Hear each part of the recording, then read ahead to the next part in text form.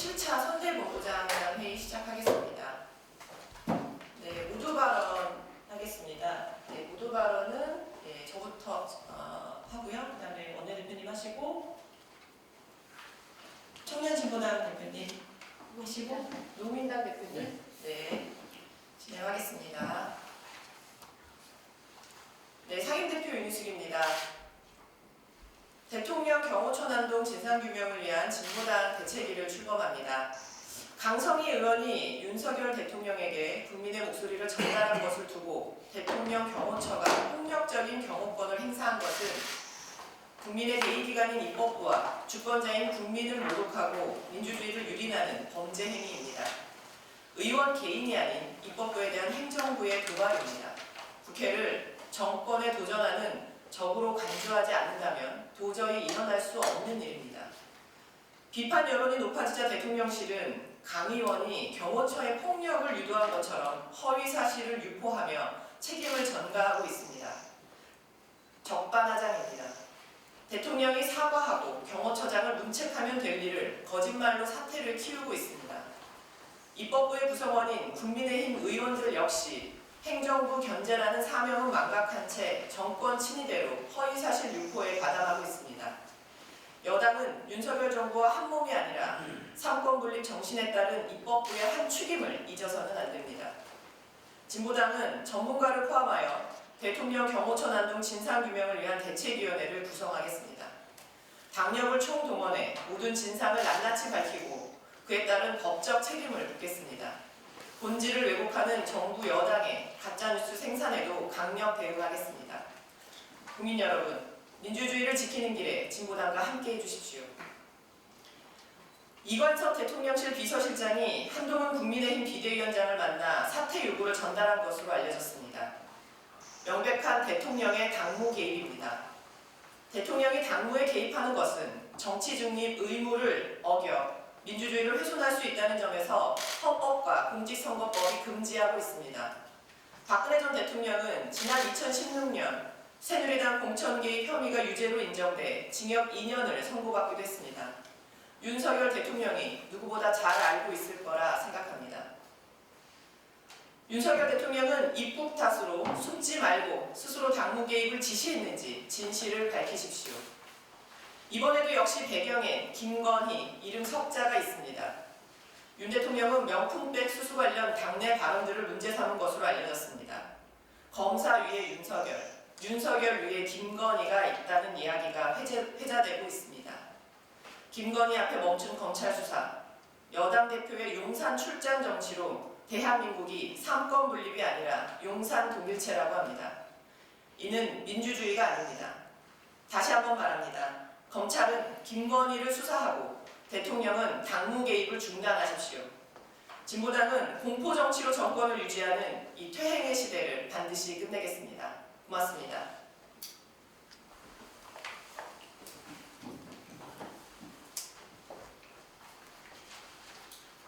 네, 원내대표 강성입니다.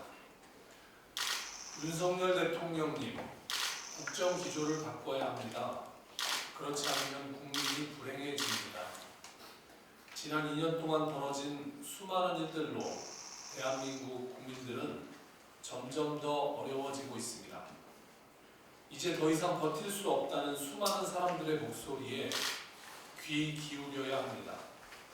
하루 종일 손님 한 사람 없이 자리만 지키고 있다는 옷가게 사장님, 가게를 접고 싶은데 새가 나가지 않아서 못 접는 화장품 가게 사장님, 야간에는 일을 할 수 없어서 문을 닫고 싶어도 위약금 때문에 밤새 가게 문을 열어야 하는 24시간 편의점 사장님, 새벽부터 늦은 밤까지 하루 12시간 성실히 일하면 먹고는 살게 해줘야 하지 않냐는 공판장 어머니, 지역의 주민들은 국회의원이랍시고 나타난 제게 묻습니다.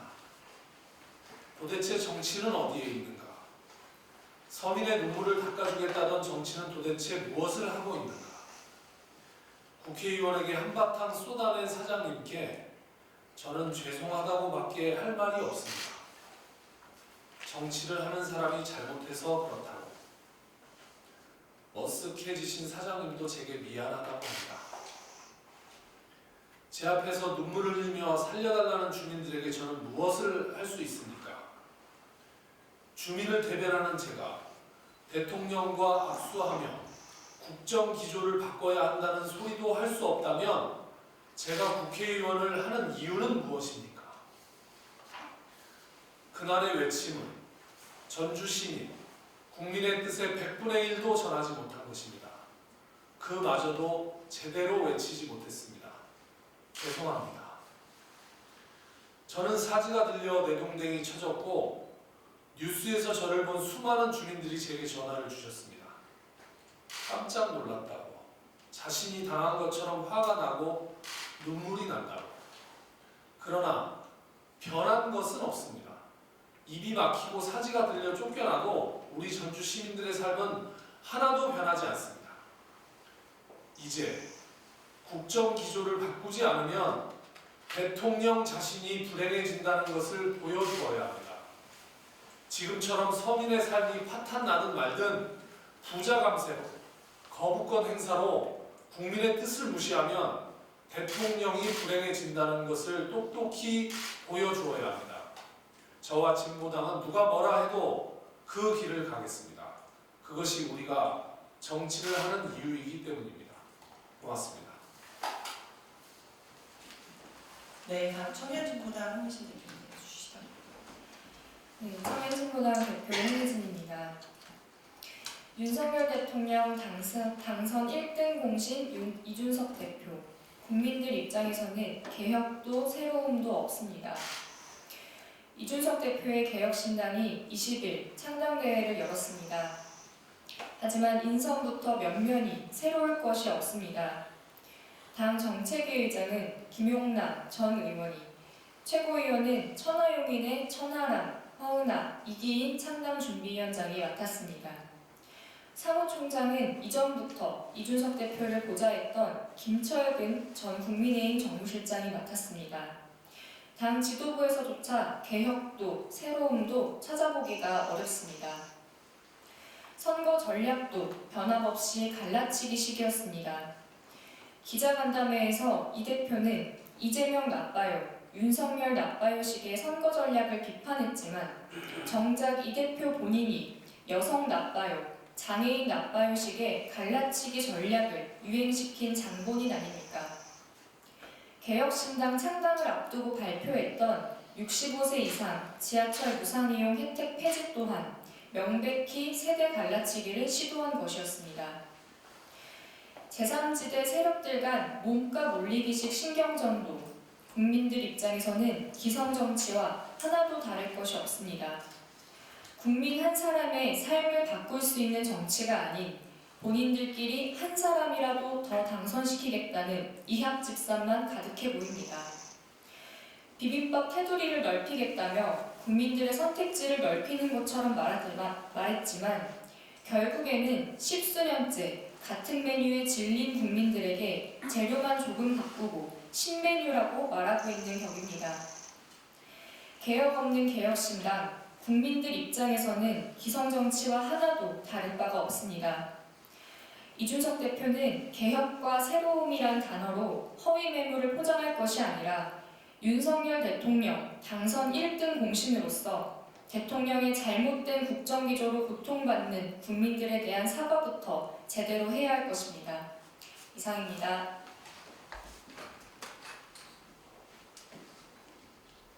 네, 농민당 김봉용 대표님 해주시죠. 네, 진보당 국민당 대표 김봉민입니다. 어제 오전 대통령 비서실장이 국민의힘 한동훈 비상대책위원장을 만나 한동훈 위원장에게 비대위원장직을 사퇴하라는 대통령의 뜻을 전했다고 합니다. 참으로 황당하고 기가 막힌 일들이 연이어 벌어지고 있습니다. 아무리 막가는 정치를 하더라도 행정부 수반인 대통령이 집권 여당의 대표를 공식적으로 그만두라 말아 한단 말입니까? 3일 전 국정기조를 바꿔달라는 진보당 강성희 의원을 입을 틀어막고 사지를 들어 끌어내더니 어제는 집권 여당의 비대위원장을 그만두라고 했답니다. 대한민국이 윤석열의 사료직입니까? 윤석열 대통령 자신의 심기가 불편하면 전쟁 불장난이라도 할 판입니까? 끔찍한 일입니다. 국민들이 불안해합니다.